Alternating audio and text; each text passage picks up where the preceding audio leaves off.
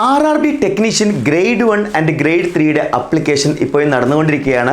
അപ്പോൾ ഇനിയും അപ്ലൈ ചെയ്യാത്ത ആളുകളുണ്ടെങ്കിൽ എത്രയും പെട്ടെന്ന് അപ്ലൈ ചെയ്യുക. കാരണം ഇത്തവണ സൗത്ത് ഇന്ത്യയിൽ മാത്രം, അതായത് ട്രിവാൻഡ്രം സോണിലും തമിഴ്നാട് സോണിലും ചെന്നൈ സോണിലുമായിട്ട് 1000-ലധികം ഒഴിവുകളാണ് വന്നിരിക്കുന്നത്. ആകെ വന്നിരിക്കുന്ന ഒഴിവുകളിൽ വലിയൊരു ശതമാനം വന്നിരിക്കുന്നത് ഈ സൗത്ത് ഇന്ത്യയിലാണ് എന്നുള്ളത് മലയാളികളെ സംബന്ധിച്ചിടത്തോളം ഒരു മികച്ച അവസരമായിട്ട് നിങ്ങൾ ഉപയോഗപ്പെടുത്തണം. അപ്പം നമ്മൾ ഇന്നത്തെ വീഡിയോ ഡിസ്കസ് ചെയ്യാൻ പോകുന്നത് RRB ടെക്നീഷ്യൻ ഗ്രേഡ് 1ൻ്റെയും ഗ്രേഡ് 3യുടെയും സാലറിയാണ്. പക്ഷേ നിങ്ങൾ ഈ മനസ്സിലാക്കേണ്ട ഒരു പ്രധാനപ്പെട്ട കാര്യം എന്ന് പറയുന്നത്, ഇപ്പോൾ 7th CPC അനുസരിച്ചിട്ടുള്ള സാലറി സ്കെയിലാണ് നിങ്ങൾക്കിവിടെ ഈ ഒരു നോട്ടിഫിക്കേഷൻ ടൈമിലൊക്കെ നിങ്ങൾക്ക് കാണാൻ സാധിക്കുക. പക്ഷേ വരും വർഷങ്ങളിൽ മിക്കവാറും അടുത്ത വർഷത്തോടു കൂടി തന്നെ എന്ത് ചെയ്യാൻ സാധ്യതയുണ്ട്? അടുത്ത പേ കമ്മീഷൻ 8th പേ കമ്മീഷൻ നിലവിൽ വരും. അങ്ങനെ വന്നു കഴിഞ്ഞാൽ സാലറി എത്രത്തോളം വരും എന്നുള്ളത് നമ്മൾ എന്ത് ചെയ്യാൻ പോവാണ്? ഒരു എക്സ്പെക്റ്റഡ് ഫിറ്റ്മെന്റ് ഫാക്ടറോട് കൺസിഡർ ചെയ്തുകൊണ്ട് പറയാൻ പോവാണ്. അതായത് RRB ടെക്നീഷ്യൻ ഗ്രേഡ് 1 അതേപോലെ തന്നെ ടെക്നീഷ്യൻ ഗ്രേഡ് 3 പോസ്റ്റിലേക്കുള്ള നിലവിലുള്ള സാലറിയും അതേപോലെ തന്നെ ഈ ഒരു പേ റിവിഷൻ വന്നു കഴിഞ്ഞാലുള്ള സാലറിയുമായിരിക്കും നമ്മൾ ഈ ഒരു വീഡിയോ നോക്കാൻ പോകുന്നത്. അപ്പോൾ ടെക്നീഷ്യൻ എക്സാം എഴുതാൻ ഉദ്ദേശിക്കുന്ന നിങ്ങളുടെ എല്ലാ സുഹൃത്തുക്കൾക്കും ഈ വീഡിയോ ഒന്ന് എന്ത് ചെയ്ത് കൊടുക്കുക? ഷെയർ ചെയ്ത് കൊടുക്കുക. അപ്പോൾ നമ്മൾ നോക്കുകയാണെന്നുണ്ടെങ്കിൽ RRB ടെക്നീഷ്യൻ ഗ്രേഡ് 3 നമ്മൾ നോക്കുകയാണെങ്കിൽ അതൊരു ലെവൽ 2 പോസ്റ്റാണ്. ടെക്നീഷ്യൻ എന്ന് പറയുന്നത് ലെവൽ 2 പോസ്റ്റാണിത്. ഓക്കെ, ഇതൊരു ലെവൽ 2 പോസ്റ്റാണ്, ലെവൽ 2 പോസ്റ്റ്. ഓക്കെ, അതിൻ്റെ ബേസിക് പേ എന്ന് പറയുന്നത് 19,900 ആണ് അതിൻ്റെ ബേസിക് പേ എന്ന് പറയുന്നത്. അപ്പോൾ 19,900 ബേസിക് പേ എന്ന് പറയുമ്പോൾ അതല്ല നിങ്ങളുടെ സാലറി. അതിൽ എന്ത് ചെയ്യുന്നുണ്ടാവും? 50% ഡിയർനെസ് അലവൻസ് ആഡ് ചെയ്യാനുണ്ടാവും. അതേപോലെ തന്നെ HRA ആൻഡ് അതർ അലവൻസുകളൊക്കെ ആഡ് ചെയ്യുന്ന സമയത്ത് ഇൻ ഹാൻഡ് സാലറി എന്ന് പറയുന്നത് അപ്രോക്സിമേറ്റ്ലി ഒരു 32,000 to 36,000 ആയിരിക്കും നിങ്ങൾക്ക് ലഭിക്കാൻ പോകുന്നത്. ഓക്കെ, സാമാന്യം അതായത് ഒരു IT ലെവൽ പോസ്റ്റിലേക്ക് നമ്മൾ നോക്കുകയാണെങ്കിൽ ഇതും ബെറ്റർ ആയിട്ടുള്ള സാലറി തന്നെയാണ്. പക്ഷേ നിലവിൽ നമ്മൾ നോക്കുകയാണെങ്കിൽ ഈ ഒരു പോസ്റ്റിനെ കുറിച്ച് ആലോചിക്കുമ്പോൾ ഒരുപാട് ഉദ്യോഗാർത്ഥികൾ ചിന്തിക്കുന്ന ഒരു കാര്യമാണ്. ഞാൻ ഏതൊരു സാധാരണ ആളുകളെ പോലും ചിന്തിക്കുകയാണെങ്കിൽ ഈ സാലറി എന്ന് പറയുന്നത് ഈ ഒരു കാലഘട്ടത്തിൽ നമ്മളുടെ ഒരു ലിവിങ് എക്സ്പെൻസ് മീറ്റ് ചെയ്യാൻ പറ്റിയ ഒരു സാലറി ആണോ എന്ന് ചോദിച്ചു കഴിഞ്ഞാൽ പലർക്കും സംശയമായിരിക്കും അല്ലേ? സാർ, നമ്മൾ സാധാരണ ഒരു ഡെയിലി വർക്കിന് പോകുന്ന ആളുകൾക്ക് പോലും 1000 എബോവ് ഒക്കെ ആണ് ഡെയിലി കിട്ടുന്നത്. അപ്പോൾ അങ്ങനെ നോക്കുമ്പോൾ ഒരു ഗവൺമെൻറ് എംപ്ലോയി, സെൻട്രൽ ഗവൺമെൻറ് എംപ്ലോയിക്ക് ഈ ഒരു സാലറിയെ കിട്ടുന്നുള്ളൂ എന്നുള്ളതായിരിക്കും നിങ്ങൾ ചിന്തിക്കുന്നുണ്ടാവുക.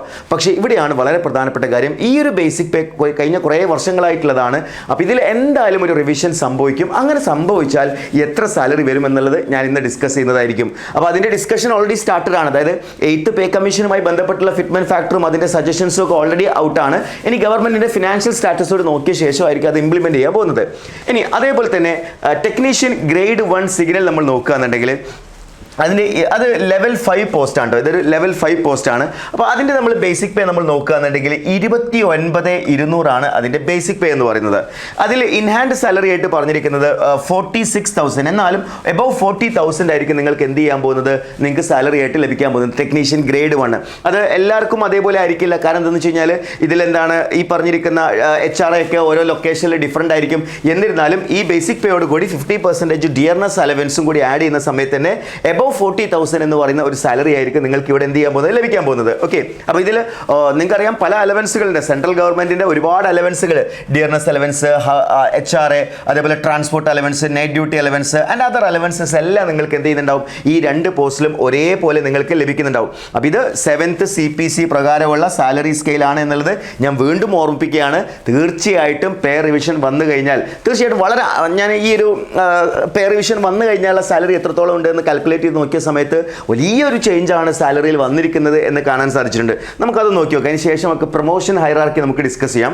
അപ്പോൾ നമ്മൾ നോക്കുകയാണെന്നുണ്ടെങ്കിൽ സാലറി എത്രത്തോളം ചേഞ്ചസ് ആണ് വരാൻ പോകുന്നത് എന്നുള്ളത്. ഇപ്പോൾ ടെക്നീഷ്യൻ ഗ്രേഡ് 3 നമ്മൾ കൺസിഡർ ചെയ്യുകയാണെന്നുണ്ടെങ്കിൽ അതിൽ നമ്മൾ നോക്കുകയാണെങ്കിൽ പുതിയ 8th പേ കമ്മീഷൻ നിലവിൽ വന്നു കഴിഞ്ഞാൽ ഡിഫറൻ്റ് ആയിട്ടുള്ള ഫിറ്റ്മെന്റ് ഫാക്ടർ, അതായത് റെയിൽവേയുടെ ടെക്നിക്കൽ സ്റ്റാഫ് ഡിമാൻഡ് ചെയ്തിരിക്കുന്നത് 2.92 ഫിറ്റ്മെന്റ് ഫാക്ടർ വേണമെന്നാണ് പറഞ്ഞിരിക്കുന്നത്.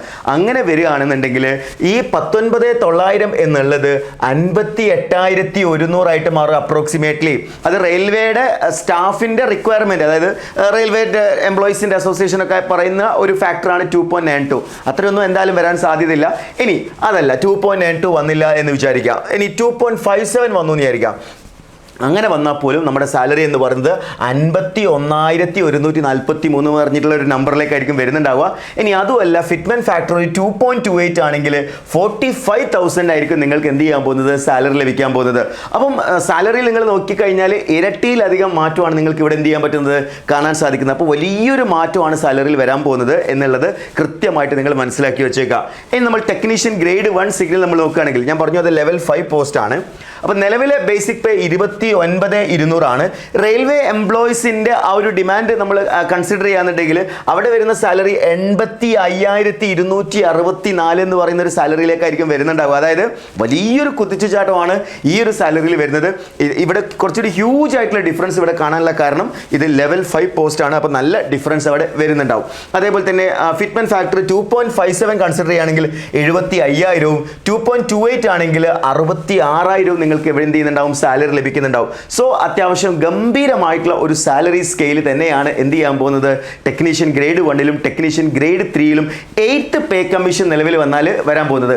അപ്പോൾ ഇതിനെക്കുറിച്ച് ഞാൻ എന്തിനാണ് ഇപ്പോൾ പറയുന്നതെന്ന് ചോദിച്ചു കഴിഞ്ഞാൽ, സാലറി കുറവാണ് എന്ന് വിചാരിച്ചിട്ട് അപ്ലൈ ചെയ്യാതിരിക്കുന്ന ആളുകളുണ്ട്, വേക്കൻസി കുറവാണെന്ന് വിചാരിച്ച് അപ്ലൈ ചെയ്യാതിരിക്കുന്ന ആളുകളുണ്ട്.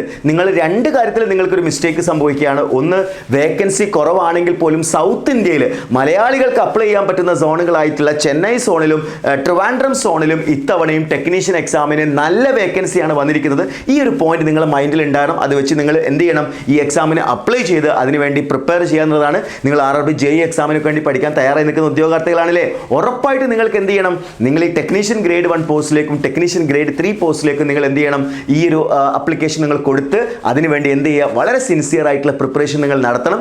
ഡെഫിനറ്റ്ലി നിങ്ങൾക്ക് ക്രാക്ക് ചെയ്യാൻ പറ്റും. ഈ എക്സാംസ് നിങ്ങളെ സംബന്ധിച്ചിടത്തോളം ഒരു കൃത്യമായിട്ടുള്ള സിസ്റ്റമാറ്റിക് ആയിട്ടുള്ള അപ്രോച്ച് ഉണ്ടെങ്കിൽ ഉറപ്പായിട്ട് നിങ്ങൾക്ക് ക്രാക്ക് ചെയ്യാൻ പറ്റും. ഇപ്പോൾ നമ്മൾ എൻട്രിയിൽ RRB ടെക്നീഷ്യൻ ബാച്ചസിലേക്കുള്ള അഡ്മിഷൻ നമ്മൾ തുടങ്ങിയിട്ടുണ്ട്. ഇപ്പോൾ ALP ഗ്രേഡ് 3യും ഒരുമിച്ച് ക്രാക്ക് ചെയ്യാൻ വേണ്ടിയിട്ട് നമ്മളൊരു സ്പെഷ്യൽ കോംബോ ബാച്ച് നമ്മൾ സ്റ്റാർട്ട് ചെയ്തിട്ടുണ്ട്. സോ നമ്മുടെ ബാച്ചസിലൊക്കെ ജോയിൻ ചെയ്യാൻ താഴെ കൊടുത്തിരിക്കുന്ന ഗൂഗിൾ ഫോം ഫില്ല് ചെയ്യുക, അല്ലെങ്കിൽ സ്ക്രോൾ ചെയ്തിരിക്കുന്ന നമ്പറിൽ കോൺടാക്ട് ചെയ്താൽ കൂടുതൽ ഇൻഫർമേഷൻ ലഭിക്കുന്നതായിരിക്കും.